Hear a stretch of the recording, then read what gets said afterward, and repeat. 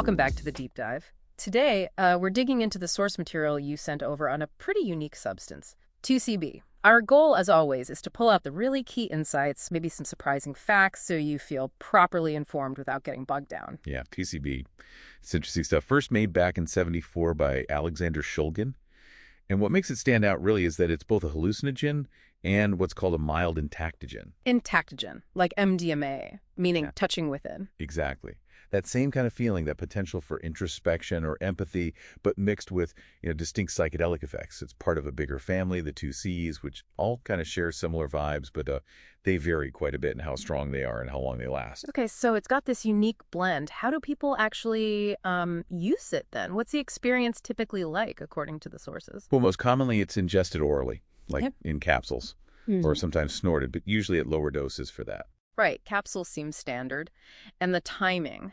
This is where it gets kind of wild, based on what we read. Effects might feel like they last, what, 4 to 8 hours?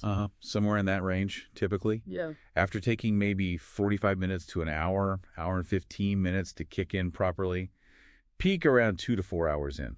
But, and this is the key bit, the sources say it actually stays active in your system for much longer, like 12, even up to 24 hours later, even after you feel normal again. That's right. Even when the main noticeable effects have faded, it's still pharmacologically active. So what does that mean for, say, redosing or thinking about mixing it with other things? That long tail seems really important. It definitely is. And the effects themselves, they're quite a spectrum. Yeah. Physically, you might get the expected stuff, increased heart rate, maybe blood pressure, pupils dilating, senses feeling kind of heightened, sometimes a pleasant body buzz. Okay, standard psychedelic markers mostly. Mostly, yeah. But the sources also mention things like nausea being possible, and less commonly, but seriously, potential for serotonin toxicity in rare cases, which is definitely not something to take lightly. Right, that sounds serious. And emotionally or psychologically? Emotionally, often things like a mood lift, maybe euphoria, increased empathy. Sometimes people report quite meaningful, almost spiritual experiences or feeling really connected. Psychologically, it can boost creative thinking, associative thoughts, but it's not all positive. Ah, okay. The other side of the coin. Exactly. Yeah. Mild anxiety can crop up. You can get strong visual hallucinations, of course.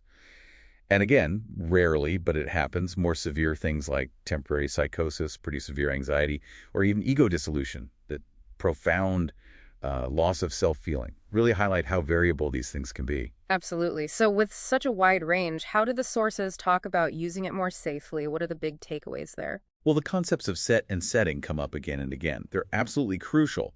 Your mindset, your physical health, that's the set. And your environment, who you're with, the setting. So fundamentally, making sure you're in a good headspace, feeling physically okay, and in a safe, comfortable place with people you trust, maybe having a trip sitter. Precisely. Those are the foundations. And an interesting practical detail from the sources, apparently snorting 2C-B is really painful, like intensely so. Ouch. Yeah, I can see how that would color the experience negatively right from the start. Definitely. And the other big practical point is dosing. Because 2C-B is active in such tiny amounts, milligrams, the sources stress using really accurate scales, like ones that measure down to 3 decimal places, 0.0001 grams. Guesswork is a bad idea here. Very precise. Okay, so connecting that to harm reduction more broadly, what about mixing 2C-B with other substances? Yeah, that's critical information. The sources clearly flag some combinations as dangerous. Mixing it with MDMA, amphetamines, or even tramadol, those are listed as risky because of potential for increased potency, blood pressure spikes, or even seizures. Okay, definite red flags there. What about other common things? Others, like alcohol, cannabis, or even SSRI antidepressants, are listed with caution. Not necessarily outright dangerous in the same way, but interactions can be unpredictable. You might get increased nausea, or with SSRIs, potentially dulled effects from the 2C-B, but maybe increased side effects. It's murky. Right, proceed with extreme caution, basically. And are there people who should be particularly careful? Absolutely. Anyone with pre-existing conditions, especially heart problems, uncontrolled high blood pressure, or a history of psychotic disorders. For them, the risks are significantly higher. That makes sense. And just for general knowledge, what about things like drug tests, driving? Good questions. Roadside tests don't typically look specifically for 2C-B itself, but if it's cut with something else, that might show up. Still, waiting at least 24 hours after effects wear off before driving is the strong advice. Okay, and workplace tests. Workplace tests can detect it, usually in urine for maybe 1 to 4 days. Blood for up to 2 days, and hair tests, well, those can go back up to 90 days. No. And one last thing on testing, while proper lab pill testing isn't widely available everywhere, there are DIY reagent test kits you can get to check if a substance likely is 2C-B, which is a basic harm reduction step. Right. So we've kind of unpacked quite a bit here its origins with Shulgin, that unique entheogen psychedelic mix, the wide range of effects, and these really crucial safety points about setting, dosing, combinations. Yeah, it really underscores it in an unregulated market where you often don't know the exact dose or purity. Knowledge is well, it's everything. Understanding all these variables is key. Absolutely. So, thinking about all this, what really stands out to you from this deep dive? Consider those core ideas we kept hitting. Know your body and mind. Know your environment.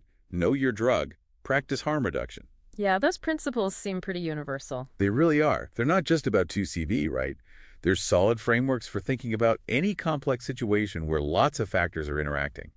How can understanding these kinds of variables help you make more informed choices, way beyond just this specific topic? Something to think about.